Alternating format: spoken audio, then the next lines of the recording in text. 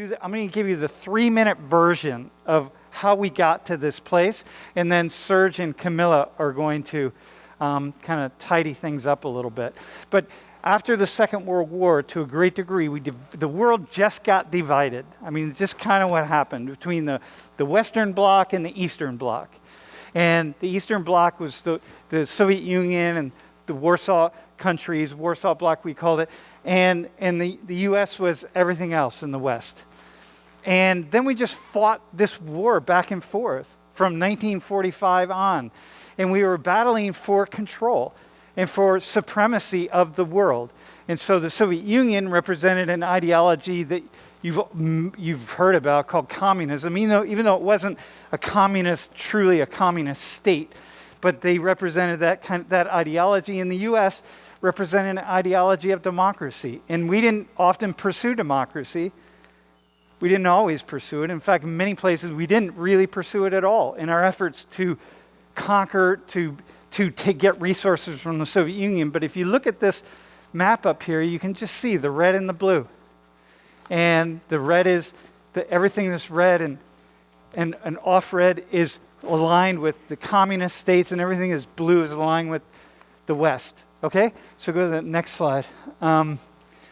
So from 1949 until the fall of the Berlin Wall, and when things started to break up in the USSR, the Union of the Soviet Socialist Republics, and Russia was the primary country that pulled together the USSR. You can see this was the map up until 1989. And you can see how much Russia and the USSR, or the Soviets, or the Eastern Bloc controlled. These are all the countries. And you can see Ukraine here and Crimea, all the way down to Georgia. So this is a lot of territory. So understand, these were all linked together into one kind of political organizational structure. Then, if we go to the next slide. So here's 1990. You see half of Germany and Poland. This is where Camilla is, Czechoslovakia, Hungary. And then here we are in 2015. So Russia, meaning this dominant nation that was battling the United States. So Russia had 20,000, 30,000 nuclear weapons, and the U.S. had 30,000 or 40,000 nuclear weapons. They're all aimed at each other, and we're threatening annihilation of one after the other, and we're fighting it out all over the world in these places where each one is strategically trying to get more and more power. Over this period of time, Russia lost all control over all of these states. But they didn't lose control over Ukraine, right? And Belarus, which is right here. And so what is happening is people in Ukraine decided, you know what? I mean, I'm not going to go into 2014, you all, but people kind of decided, hey, we actually would rather align ourselves with the West. And so Russia is saying, you can't align yourself with the West. We're not going to let that happen. And so this is this battle here.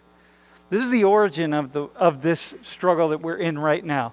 So Camilla or Serge, what would both of you, what would you add to that you think people need to know? Yeah, so when Poland shifted from alignment with Russia to alignment with the West, with NATO, what happened? Yeah, guys, for us, it was a little bit easier, simply because, for 123 years until 1918, we were, our country didn't exist. But our national identity, it was still, we were torn between Russia and, and two other powers. Our country didn't exist, but our national identity was being kept, was being cultivated, captivated. So when 2018 came, when 1918 came and we regained independence, there was something to build upon. And then actually we were in 50 years of communism after the Second World War, but still, we had this history of keeping our national identity, and we had the resources just to not to get Sovietized, to say that. it wasn't as easy with the post-Soviet republics because, like, the bipolar Soviet and the free world bloc system, it was pretty stable because there was no national sentiment. In 1991, when the Soviet Union broke down and fell apart, there was a lot of, national awakening. And if you were a Soviet nation and Russia wanted to keep control over you, they couldn't keep control over us because we had a bit more of this resilience. But all those countries that were freed in 1991, they said, hey, we want that too. We want to be free. We want to be independent. We want to take part in whatever is going on in the world. And Russia said, simply because, if you're an empire that has like 12 time zones, you don't want to lose that, do you? Yeah. So this is the resentment that they are going on currently. They are trying to keep, their influences, even if not territorially, but they are striving.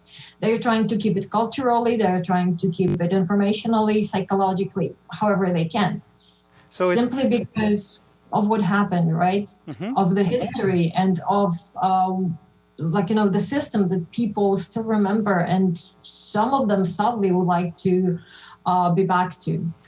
So I think, so Camilla, one of the things that I think that we really have to take ourselves to understand is how huge the Soviet Empire was in its control of so many countries and cultures. And it's kind of like here, and it's a little different with the United States, but like Latin America is like, it's our kind of backyard, right? Like we are so connected to so many countries, right? And so what happened with the decline or the breakup of the Soviet Union, they just lost everything or lost so much, right? Including Sophia's country, Hungary, right here, right? Yeah, which was we were in the same situation with Sophia, actually. And, important thing about the Ukraine is simply that in 1990, until 2007, there was the first Orange Revolution, where in November, people said, hey, we don't want set-up elections. We want the elections to be free. And the first protest broke out. Then somehow, the Russia managed to regain their influences. And until 2014, where for the second time, 7 years, it was 2004, 10 years later, people said again, no, we don't want Russian puppet government. We want to be free. We want to be associated with the free world, with the European Union. And that was not the awakening. That was the tipping point, as Pablo calls it, of a very long time process that was going on with the Ukrainian people. And then, there was the war in 2014. There was really huge surge in in consolidating national unity of the Ukrainian people.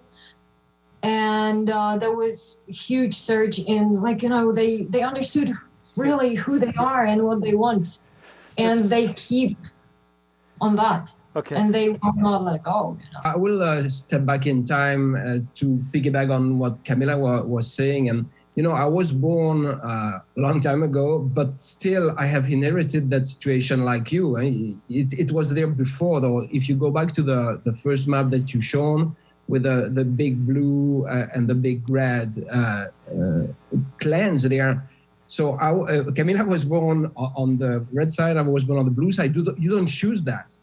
So it's just by chance. It's not that you are on the good side. You are on the side where someone has put you. And you have to live with that. And you learn from history that the other side is very dangerous. Even not being just believing everything that they might told you. NATO and those two clans were created after the Second World War because people realized that Joseph Stalin was another Hitler. And said, we thought we are done. Actually, we are not done. It's not over. And so that created that situation of the two blocks. And it continued much longer than after the death of Stalin, because you don't know. I mean, people are, when they're afraid for a long time. And so it's still like that. And NATO was created with, I think, excellent reason that at that time, we can revisit that by now, definitely, but it was clear that something had to be done for not to have a third world war in the wake of the second. Most of my students were born around 2 decades ago, and have not really lived through a world where we're thinking every day about the tens of thousands of nuclear weapons that are armed and ready to destroy the entire planet. And the three of us have lived through that, so we know what that is, but most of us don't. And I think this is a huge piece that we're sitting with it, because we heard what Putin said the other day about, hey, we're gonna get ready, right? Prepare. So Camilla, you're very connected to the conflicts. Camilla's husband just left to go to Ukraine to fight. Is he an officer in the military? Is he retired, Camilla? What's his? Well, actually, he was, he was retired because he was for 30 years. Oh, sorry, these are my kids. For 30 years, he was in the Ukrainian army, and he retired 2 years ago. And he came back, on the day that Putin attacked. He attacked at 2 a.m., at 6 a.m., and my husband is waking me up, and he's telling me, oh, it started, I'm going to war. And I'm like, yeah, all right. I'm keeping fingers crossed and just bring souvenirs. Well, yeah, but you understand, he did. He just, he left everything in here in Poland, his job, and he just went because this is what you do.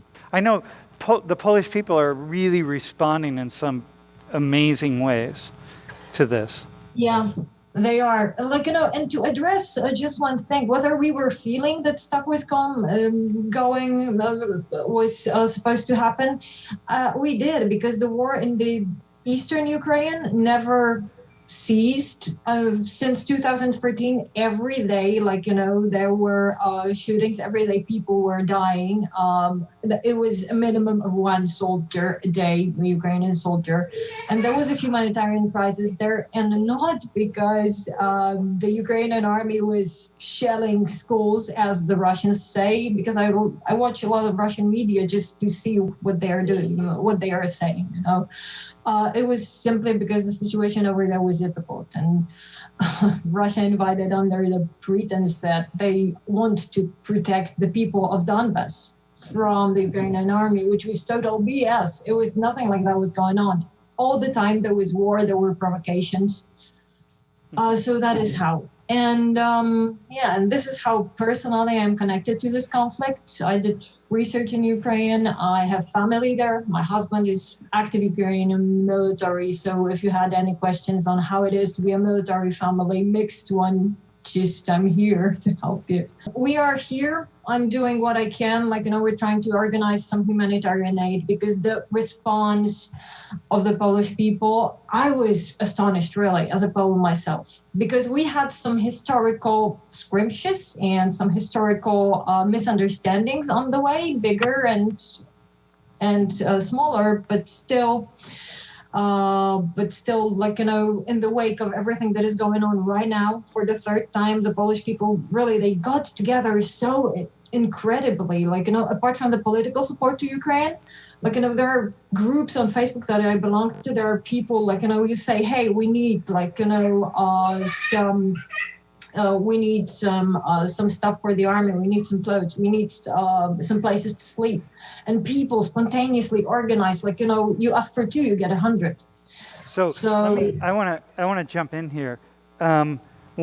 This would be so for those of us in the room here, think about your own country, and think about if a conflict emerged in an adjacent country, and people were coming over the border by the hundreds of thousands, and how would your people react?